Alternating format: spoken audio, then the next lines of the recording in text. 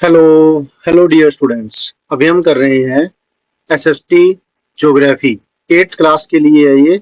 Eighth class के अंदर chapter number 1 है जो कि एनसीईआरटी बुक नहीं है। ये बुक है। इस बुक का नाम यहाँ पर कहीं पर भी नहीं है चैप्टर के अंदर। ये मेरे स्टूडेंट की बुक है तो मैं उसके लिए ये वीडियो बना रहा हूँ। अगर आपके लिए फायदेमंद हो तो प्लीज कंटिन्यू कीजिएगा, देखिएगा। रिसोर्सेज चैप्टर है और इसके अंदर क्या चीज है। पहले पहल जैसे यहाँ पर कुछ दे रखा है वार्म अप, मतलब कुछ आपको पहले इससे स्टार्टिंग करने से पहले थोड़ा सा ब्यौरा आपको दे रहे हैं, कुछ बता रहे हैं, कुछ पूछ रहे हैं, कुछ कह रहे हैं। Science and technology has made our lives easier. Science और टेक्नोलॉजी ने हमारी जिंदगी को आसान कर दिया है। ज्यादातर आप लोग जब अपनी दिन की शुरुआत करते हो वो गीजर के साथ करते हो। गीजर तो अब कहाँ, मतलब गर्मियों में तो इस्तेमाल नहीं होता है। ऑब्वियसली सर्दियों में तो गीजर का इस्तेमाल होता ही है, चाहे वो गैस गीजर हो चाहे वो इलेक्ट्रिसिटी वाला हो। हम अपने कपड़ों को प्रेस करते हैं और अपना खाना खाते हैं। हम स्कूल जाते हैं बस से। आप लोग स्कूल जाते हो, कोई बस से जाता है, कोई साइकिल से जाता है, कोई कार से जाता है ना, कोई पैदल जाता है। लेकिन यहाँ पर टेक्नोलॉजी की बात हो रही है, रिसोर्स की बात हो रही है, तो फिर बसेस। और जब पैदल जाते हैं तब भी कोई ना कोई तो रिसोर्स काम आता ही है। हमारे शूज है, ये भी टेक्नोलॉजी से ही आपको मिले हैं, है ना। But what makes these things work? अब ऐसी क्या चीज है जिसकी वजह से ये सब चीजें काम करती है? ये क्वेश्चन किया है मिस्टर शर्मा ने अपनी क्लास के अंदर टीचर ने बच्चों से पूछा एक दिन कि ये सब चीजें जो आप देख रहे हो आपके आसपास काम कर रही है, वो कैसे काम करती है, राइट। अमनी ने जल्दी से अपना हाथ खड़ा किया और उसने जवाब दिया, फ्रॉम द अर्थ, जमीन से। Let us learn how the earth provides all these things to us. तो ये जो धरती है हमारी, जो अर्थ है, जो पृथ्वी है, ये हमें ये सब चीजें कैसे प्रोवाइड करती है। ऑब्वियसली जो भी हमें चीज मिल रही है, जिस भी चीज का हम इस्तेमाल कर रहे हैं, ये सब के सब मिल तो हमें जमीन से ही रहे हैं, अर्थ से ही मिल रहे हैं। बाहर से किसी कॉमेट से, एस्ट्रॉइड से या किसी और ग्रह से तो कोई चीज आई नहीं है यहाँ पर, है ना। तो अब देखिए आगे क्या है। पहले यहाँ पर जो चैप्टर के अंदर अब स्टार्टिंग में आपको यूटिलिटी की डेफिनेशन मिली हुई है, थोड़ा सा मॉडिफाई मैंने किया है। Anything and everything around us is of some use. कोई भी चीज जो है, और बल्कि हर एक चीज जो हमारे आसपास है, कोई भी चीज है या हर एक चीज है जो हमारे आसपास है, वो किसी न किसी तरीके से हमारे लिए यूज के लिए होती है। This quality is called utility. मैंने ये ऊपर लिखा है, ब्लू कलर के अंदर है, इस लाइन से जस्ट ऊपर, कि ये क्वालिटी ही है, ये कहलाती है utility. This quality of the thing is called its utility. ठीक है। तो ये जो चीजें हैं हम लोग इस्तेमाल करते हैं, इसका मतलब यही है कि इनके अंदर कोई ना कोई यूटिलिटी है, कोई ना कोई यूज है इसके अंदर। ठीक। अब आगे फूड। अब जैसे मेरे जो पास में है मेरी टेबल के ऊपर, एक तो जिससे मैं रिकॉर्ड कर रहा हूँ वो सॉफ्टवेयर हो गया, या फिर जो मेरे कान में जो माइक्रोफोन होता है वो कह लो, या मेरे पास जो एक फेविकोल की ट्यूब पड़ी है जो पेजों को चिपकाने काम आती है, या कुछ भी मोबाइल है, तो ये सब चीजें जो भी है हमें कहाँ से मिलती है, इनकी कोई ना कोई तो यूज है ही। यहाँ तक कि अगर कूड़ा करकट है तो इसका भी यूज है, इसको भी यूज में लिया जाता है, राइट। तो हर एक का अपना यूज है, तो इसलिए उसके अंदर यूटिलिटी होती है। और खाना, कपड़े, फर्नीचर, किताबें, मेडिसिन, ये सब की सब, इनके अंदर कुछ ना कुछ तो यूजेबिलिटी होती है, कुछ ना कुछ तो यूज इनका होता ही है, और इनका कुछ ना कुछ तो कीमत होती ही है। ये कीमत ही इसकी इसको वैल्यू प्रोवाइड करती है, जिसकी वजह से हम उसको पूछते हैं, उसका ख्याल रखते हैं, राइट। आपकी साइकिल है, उसके वो भी आपके लिए वर्थ रखती है कुछ ना कुछ, तो आपको एक जगह दूसरी जगह जाने के लिए कह लो, या फिर आप एक्सरसाइज करते हैं, या फिर आप के लिए ये एंटरटेनमेंट का सोर्स है, जिसकी वजह से आप एक जगह दूसरी जगह जा करके कुछ सामान लेकर के आते हो कैसे भी। तो इसके अंदर ये आपकी कुछ ना कुछ तो वैल्यू है ना। Any element of the environment which has both utility and value is called a resource. अब कोई भी एलिमेंट है, कोई भी चीज है, एलिमेंट का मतलब यहाँ पर कोई भी चीज है एनवायरनमेंट के अंदर, जिसके अंदर एक तो उसकी यूटिलिटी भी हो, यानी कि उसका कोई ना कोई यूज भी होता हो, और साथ में उसकी कोई वर्थ भी हो, आपके लिए कोई वैल्यू हो, तो वो आपके लिए रिसोर्स हो जाएगा, राइट। अब जैसे कि मान लेते हैं कि एरोप्लेन है जो आकाश में जा रहा है, तो अब आपके लिए उसकी यूटिलिटी फिलहाल के लिए तो नहीं है ना, तो अब वो आपके लिए रिसोर्स नहीं है। लेकिन जब आप एक जगह से दूसरी जगह जा रहे हो, दूर की जगह है, जल्दी जाना चाहते हो, तो तब आप प्लेन जो है एयरप्लेन की जो मदद लेते हो, तो तब आपके लिए वो रिसोर्स हो जाएगा। तो कोई भी चीज है जिसका कोई यूज होता है और आपके लिए वो कीमत रखती है, तो वो आपके लिए रिसोर्स होगा, चाहे वो आपकी बुक हो, चाहे वो खाना हो, चाहे फर्नीचर हो, चाहे वो आपकी गाड़ी है, या कुछ भी। आगे है टाइप्स ऑफ रिसोर्सेज। रिसोर्सेज को हम क्लासिफाई कर सकते हैं नेचुरल रिसोर्स में और ह्यूमन मेड रिसोर्स के अंदर, और साथ में खुद ह्यूमन रिसोर्स, तीन में क्लासिफिकेशन की गई है। कौन कौन सी है वे? तो ये क्वेश्चन इसका बन सकता है कि classify the classify the resources, या फिर right the types of resources. तो एक नंबर के अंदर तो ये तीनों नाम आ जाएंगे। तो वे रिसोर्सेज है, एक नेचुरल रिसोर्स जो कि हमें नेचर से मिले है, दूसरा है ह्यूमन मेड रिसोर्स जो कि ह्यूमन ने अपनी स्किल से, टेक्नोलॉजी से, अपने दिमाग से बनाया है, और फिर आ जाता है खुद ह्यूमन रिसोर्स। ये कैसे कैसे इनकी आगे एक्सप्लेनेशन आएगी वो देखिए। पहले जो इसके बाद में जो एक्सप्लेनेशन दे रखी है वो है नेचुरल रिसोर्सेज की। नेचुरल रिसोर्सेज क्या होती है? Naturally occurring substances such as land, air and water that are valuable and necessary in their unmodified form and fulfill our needs in some ways are called natural resources। अब कोई भी जो naturally जो चीज हमारे जमीन, हमारे आसपास है, जैसे कि जमीन होगी, जैसे कि हवा हो गई, जैसे कि पानी हो गया, ये हमारे लिए वैल्यूएबल है, क्योंकि हम ये अनमोडिफाइड फॉर्म है, हमने कोई इसको मॉडिफाई नहीं किया है, बिना मॉडिफाई किए ही हम इसका इस्तेमाल करते हैं, और ये हमारी नीड्स को पूरा करती है किसी न किसी तरीके से। तो इसलिए ये कहलाते हैं नेचुरल रिसोर्स।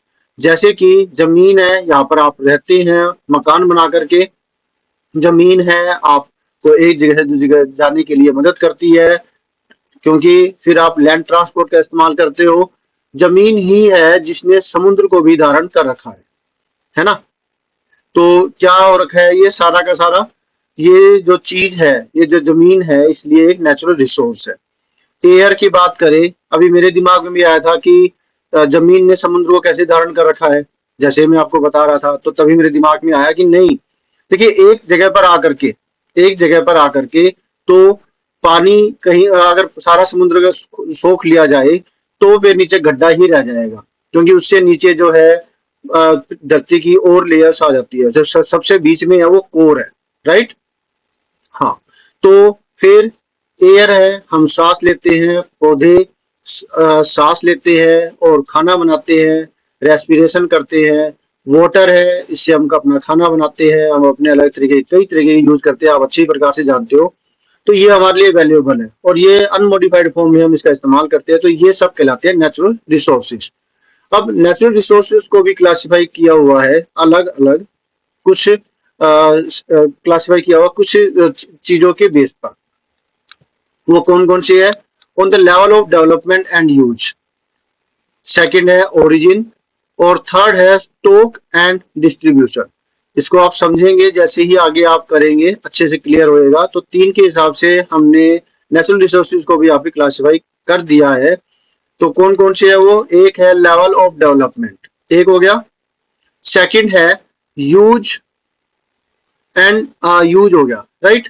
फिर ओरिजिन के हिसाब से नहीं, ओके, ये है level of development and use, एक तो ये हो गया।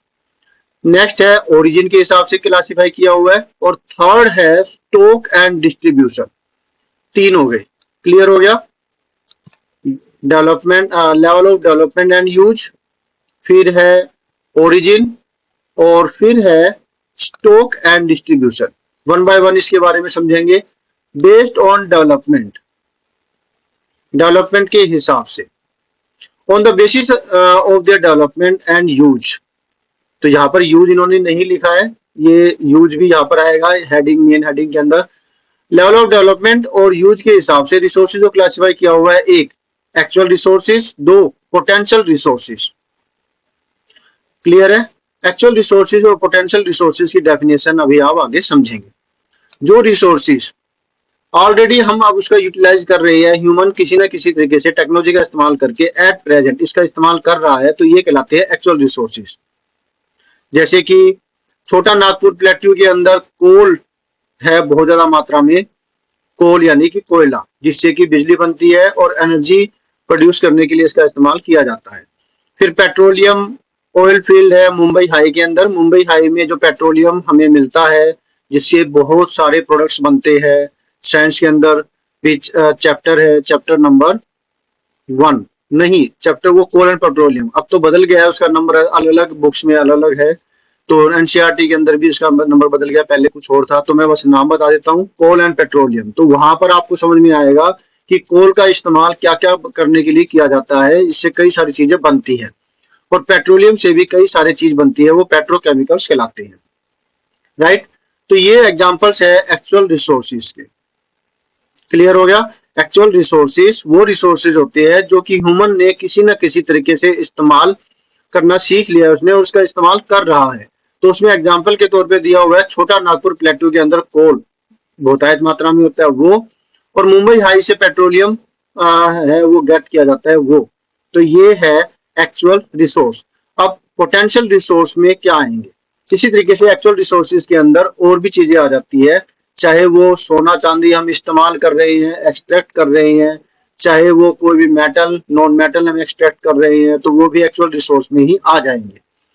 फिर है पोटेंशियल रिसोर्सेज। ये वो रिसोर्सेज होते हैं जो कि हमारे आसपास है, लेकिन हो सकता है कि हम उसका इस्तेमाल आगे फ्यूचर में करना जान जाए, क्योंकि अभी हमें इसके बारे में, इसका यूज हमें आता नहीं है।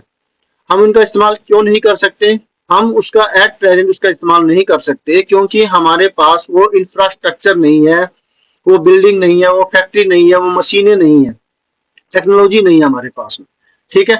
तो इसलिए हम इसका इस्तेमाल अभी नहीं कर सकते। जैसे कि यहाँ पर एग्जांपल दिया है गुल्फ ऑफ कच्छ, ये हो गया, और गुल्फ ऑफ कम खम्बत कैम्बत है, सॉरी अगर मैं प्रोनाउंसिएशन नहीं कर पा रहा हूँ तो कम्बेट कम्बेट है ये, गुल्फ ऑफ कम्बेट, या इसकी प्रोनाउंसिएशन हम गूगल ट्रांसलेट में देख लेते हैं। ठीक है?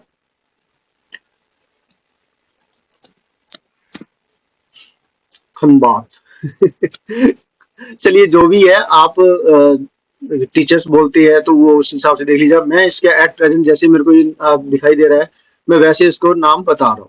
Gulf of Khambhat near the coastline of Gujarat. Gujarat के पास में ये दो जो गुल्फ है, कच्छ की और कम्बेट की, यहाँ पर बहुतायत मात्रा में जो समुद्र की जो लहरें आती है, टाइड्स आती है, जो कि एक दिन में 2 बार आती है। राइट? सोलर जो सोलर एनर्जी की वजह से होता है ऐसा, और जो चांद उसको अपनी तरफ खींचता है, इसकी वजह से आता है। दिन में 2 बार आती है। तो इसमें क्या होगा कि पानी जो है एकदम तेजी के साथ में आता है, तो 24 घंटे में 2 बार आती है, 12 घंटे में 1 बार आएगी। राइट? फिर वो लहर वापस चली जाती है। टाइड्स के बारे में आपने समझा होगा, तो वो चीज है टाइड्स की जो टाइडल, इस टाइड्स की जो एनर्जी होती है, जो बहुतायत मात्रा में लेकर के पानी लेकर के आती है, अगर इसका इस्तेमाल करके हम बिजली बनाना चाहे तो बहुतायत मात्रा में बिजली बनाई जा सकती है, लेकिन अब तक इसका इस्तेमाल नहीं किया गया है, इससे कोई एनर्जी क्रिएट नहीं की जा रही है। जबकि आगे फ्यूचर में हो सकता है कि भारत कोई इस तरह का प्लांट तैयार करे जिससे कि इस एनर्जी को हार्नेस किया जा सके, इस एनर्जी का इस्तेमाल किया जा सके। राइट? अब है बेस्ड ऑन ओरिजिन। ओरिजिन के हिसाब से तो हमने based of development and use कर लिया है, ये वाला level based of on the level of development and use. Second है अब जो है हम ओरिजिन के हिसाब से करने जा रहे हैं, ओरिजिन। उसके बाद तीसरा होगा वो हम करेंगे स्टॉक एंड डिस्ट्रीब्यूशन के हिसाब से। ठीक है? तो बेस्ड ऑन ओरिजिन, ये समझिए। रिसोर्सेज कैन बी बायोटिक और एबायोटिक। रिसोर्सेज बायोटिक भी हो सकती है और ये एबायोटिक भी हो सकती है, based on their origin. Origin के हिसाब से कि कहाँ से वो हमें मिले हैं। वो बायोटिक भी हो सकते हैं, एबायोटिक भी हो सकते हैं। बायोटिक का मतलब है जिसमें जीवन होता है, वहां से हमें वो चीज मिल रही है। अबायोटिक का मतलब है जिसमें जीवन नहीं होता, वहां से हमें वो चीज मिल रही है। तो बायोटिक रिसोर्सेज लिविंग होती हैं, जबकि अबायोटिक रिसोर्सेज नॉन लिविंग होती हैं। राइट, बायोटिक रिसोर्सेज के अंदर जान होती है, जीवन होता है, जबकि एबायोटिक रिसोर्सेज में जीवन नहीं होता, वो नॉन लिविंग होती है, बिना जीव मतलब वो निर्जीव होती है। वाटर, रॉक्स, लैंड, ये सारे अबायोटिक रिसोर्सेज हैं। हालांकि इसके अंदर जो और ऑर्गेनिजम्स पाए जाते हैं वो तो उसमें तो जान होती है, लेकिन वाटर खुद जो एक कंपाउंड है उसमें कोई जान नहीं है। रॉक जो कि मिट्टी और भी कई चीजें हो सकती है उसके अंदर, कोई मेटल नॉन मेटल हो सकती है वो कह लो, या जमीन है, जमीन के अंदर भी मिट्टी है। तो ये सब के सब नॉन लिविंग है। इसमें जो जीव पाए जाते हैं वो अलग बात हो जाती है, ठीक है, या फॉसिल फ्यूल या कुछ भी है। Where as plants and animals are biotic resources. तो प्लांट्स है, एनिमल्स है, ये बायोटिक रिसोर्सेज होते हैं। तो ओरिजिन के हिसाब से आपको बायोटिक और अबायोटिक का समझ में आ गया। बायोटिक वो जिसमें जान होती है, तो उसके अंदर एग्जाम्पल के तौर पे दिया है जैसे कि पौधे, जैसे कि जानवर। और एबायोटिक रिसोर्सेज के अंदर आगे जिसमें जान नहीं होती, उसके अंदर एग्जाम्पल दिया गया है पानी, या जो पानी होगी, चट्टानी हो गई, जमीन हो गई, एयर हो गई। राइट, ये अबायोटिक रिसोर्स में आ जाएगा। अब इसके बाद है बेस्ड ऑन रिन्यूएबिलिटी। रिन्यूएबिलिटी के हिसाब से भी रिसोर्सेज को क्लासिफाई किया गया है। एक होती है जो नेचुरल रिसोर्स रिन्यूएबल होते हैं, और एक नॉन रिन्यूएबल होते हैं। क्लियर है?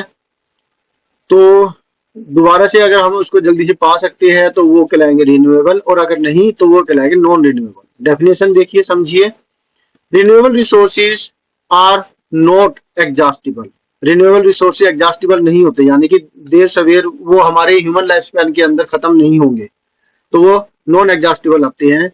ये इनकी भरपाई हो जाती है या दोबारा से प्राप्त की जा सकती है अलग अलग प्रोसेसेस के द्वारा।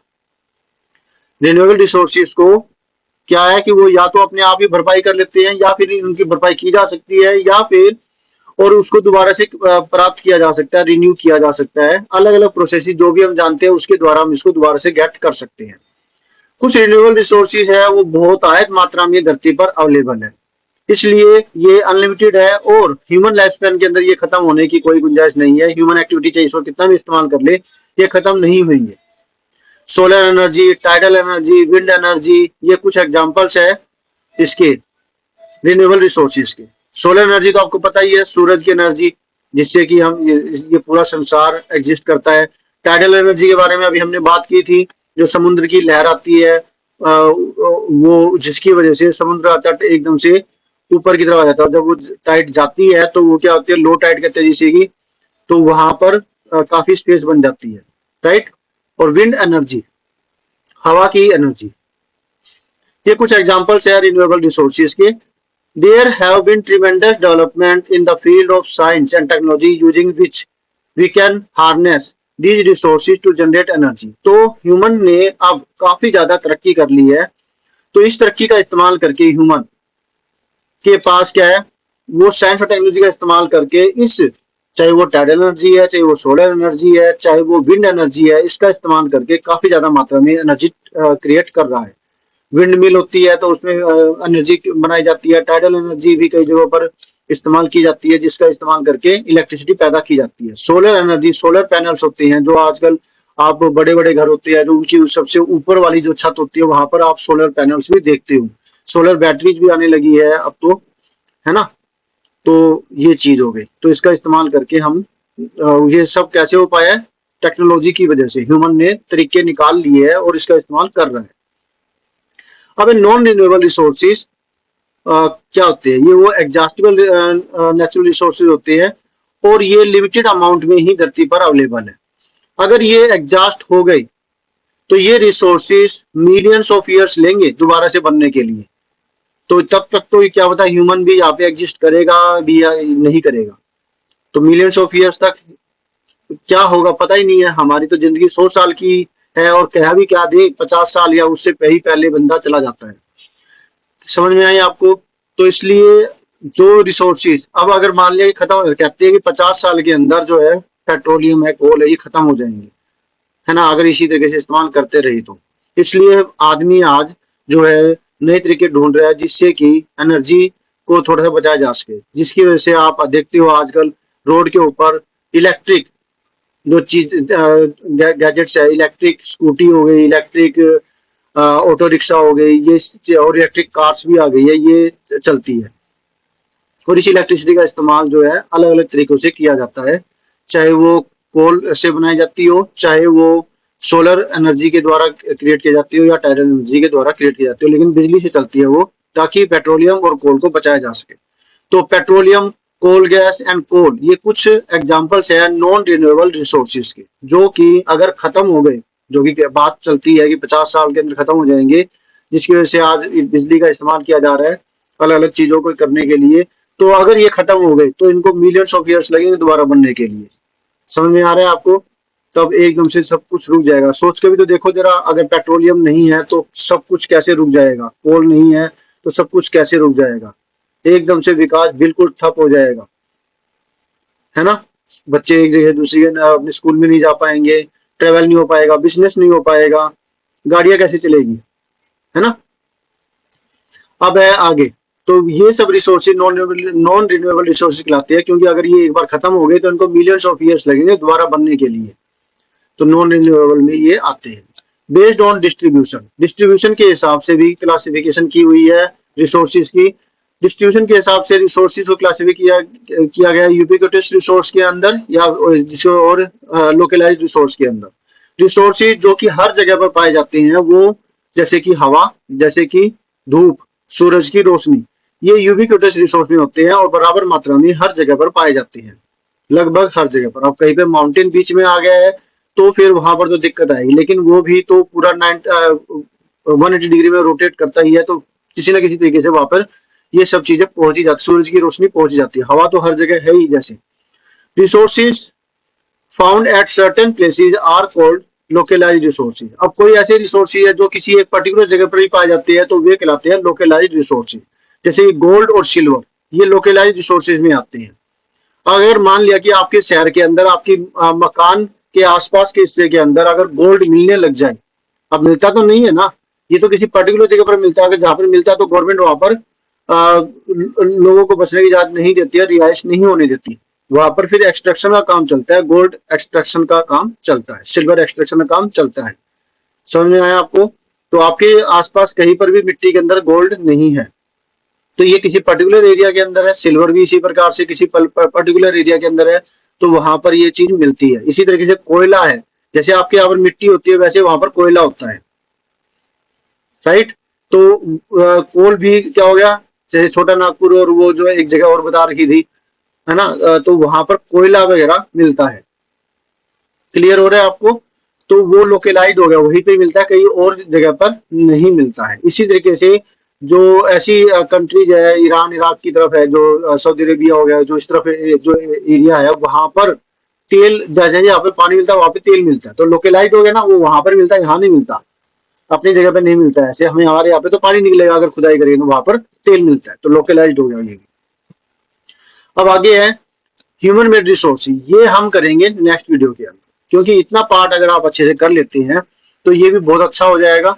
इतना समझिए पहले, इतना समझने के बाद में फिर आगे करेंगे नेक्स्ट वीडियो के अंदर। होप सो आपको अच्छे से सारा समझ में आया। अगर आपको अच्छे से समझ में आया तो थैंक यू। आप एक ये मुझे खुशी होगी कि मेरी वजह से आपको कुछ फायदा हुआ है। अब आपने क्या करना, आपने करना वीडियो लाइक करना है, चैनल को सब्सक्राइब, अगर आप तब सब्सक्राइब नहीं किया है तो कर दीजिएगा, और अगर कर दिया है तो थैंक यू वेरी मच। और मिलते हैं नेक्स्ट वीडियो में, जिसमें हम करेंगे नेक्स्ट कोई इसी तरीके का कोई वीडियो जो कि आपके लिए फायदेमंद होगा। तो thank you students for watching your on video. Next video में जिसमें हम करेंगे नेक्स्ट कोई और ऐसा ही कोई चैप्टर या कोई मैथ के सॉल्यूशन। बाय।